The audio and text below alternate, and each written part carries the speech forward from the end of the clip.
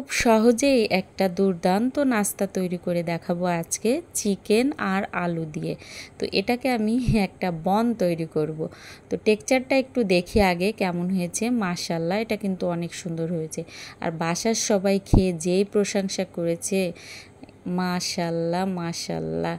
তো খেয়ে আগে টেস্ট করে দেখি, তারপরে আমরা প্রসেসিংটা দেখি। প্রথমে দিয়েছি এখানে কুসুম গরম পানি, সেখানে দিয়ে দিলাম 2 চামচ চিনি, তারপরে দিব স্বাদমতো লবণ এবং দিব ইস্টটা অবশ্য ভালো ব্র্যান্ডের হতে হবে, তাহলে ভালোই হবে।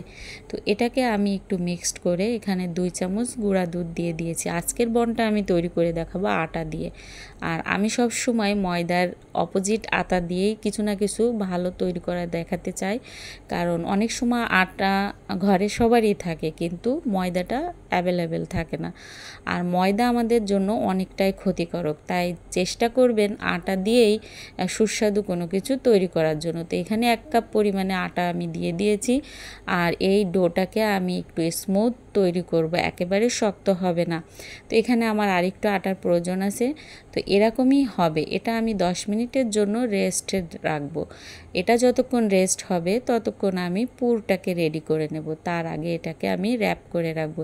এটা একেবারে ফুলে ডাবল হওয়ার কোনো প্রয়োজন নাই, জাস্ট ইস্টটা দেওয়া হয়েছে, তেলে যখন ভাজা হবে তখন এটা একটু ফুলে যাবে, এই জন্য।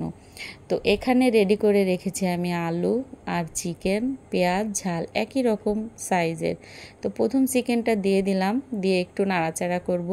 তারপরে এখানে অ্যাড করে দেবো আদা রসুনটা অবশ্যই দিতে হবে, তা না হলে চিকেনের থেকে যে গন্ধটা ওটা যাবে না।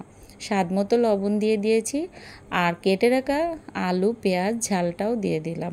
তো সবটাই ভালো করে নাড়াচাড়া করব। আর এখানে কোনো পানি আমি অ্যাড করব না, এটাকে ভাজতে ভাজতে আমি তৈরি করব। এখানে দিয়ে দিয়েছি আর একটু লবণ আর একটু হলুদের গুঁড়া, যেহেতু প্রথমে চিকেন অল্প একটু দিয়েছিলাম আর এখন সবজিগুলো দেওয়ার পরে আর একটু দিয়েছি। আর এখানে দিচ্ছি ঘরে থাকা যে মশলা, এলাচ, দারুচিনি, লবঙ্গ, গোলমরিচ পেস্ট করে, আর একটু স্বাদ বাড়ানোর জন্য দিয়ে দিলাম টমেটো সস। তো পুরটা কিন্তু রেডি হয়ে গেছে। এবার আমরা এটাকে ভাজার জন্য তৈরি করব। তো এই দেখুন, এটা কিন্তু এরকমই হবে। তো আমি প্রথমে হাতে একটু ভালো করে তেল মেখে নেব, আর কড়াইয়ে আমি তেলটা বসিয়ে দিয়েছি। পর্যায়ে চুলার হিটটা কিন্তু একেবারে লোতে থাকতে হবে।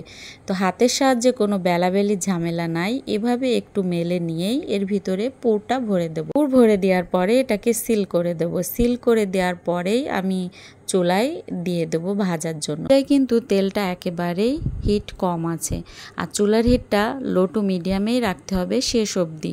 তো এটাকে এভাবেই আমি একটু ভালো করে শেপ দেব, দিয়েই আমি তেলের ভিতর দিয়ে দেবো। তো ছেড়ে দেওয়ার পরেই দেখুন তেলটা একেবারেই গরম হয়নি, দেওয়ার পরেই তো বুঝতে পাচ্ছেন। তারপরে আমি আরও একটা করে দেখিয়ে দিচ্ছি, সহজেই যেন কেউ বুঝতে পারে। আর এই নাস্তাটা চটজলদি বাসায় কিন্তু তৈরি করে খেতে পারেন, ফ্যামিলি মেম্বারের জন্য হোক আর মেহমানদের জন্য হোক। এটা কিন্তু একটা খুবই হেলদিকর একটা নাস্তা হতে পারে। আমরা যারা পরিবারের জন্য রান্না করি, আমাদের হাতেই আমাদের পরিবারের স্বাস্থ্য সুরক্ষা থাকে। তো আমরা চেষ্টা করব হেলদিকর কোনো কিছু তৈরি করার জন্য। তো সবাই খুব ভালো থাকবেন, সুস্থ থাকবেন, ভালো খান, সুস্থ থাকুন। আর আমার ভিডিওটা কেমন লেগেছে অবশ্যই বলতে ভুলবেন না। খান, ভালো থাকুন, এটাই আমি কামনা করি। আর আমার বনগুলো প্রায় হয়ে আসছে, দেখুন এভাবে উল্টে পাল্টে কিন্তু তৈরি করে ফেলতে হবে। মাশাআল্লাহ, লুকটা কিন্তু অনেক সুন্দর আসছে। আর সবাই খুব ভালো থাকবেন। আমার চ্যানেলটাকে অবশ্যই সাবস্ক্রাইব করে দিবেন আর লাইক কমেন্ট করে পাশে থাকবেন। আল্লাহ হাফেজ।